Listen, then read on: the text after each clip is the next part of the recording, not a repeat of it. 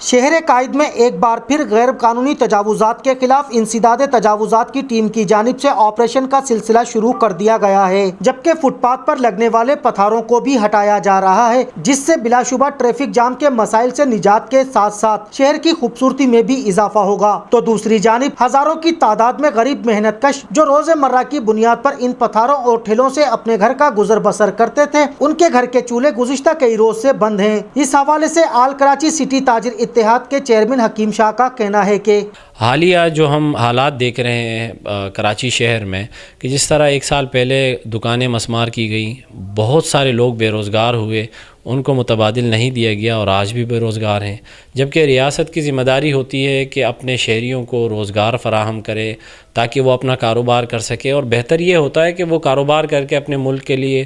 Revenue generate کرتے ہیں، taxes دیتے ہیں وہ لوگ۔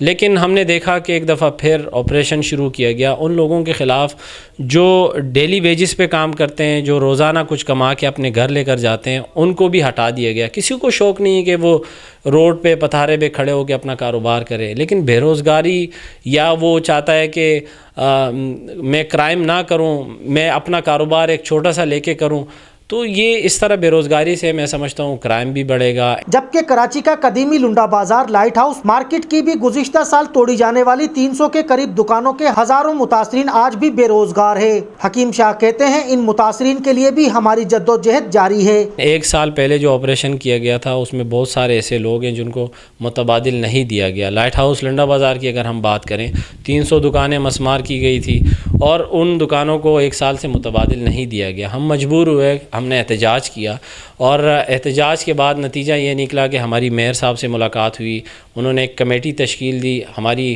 میٹنگز جاری ہیں اور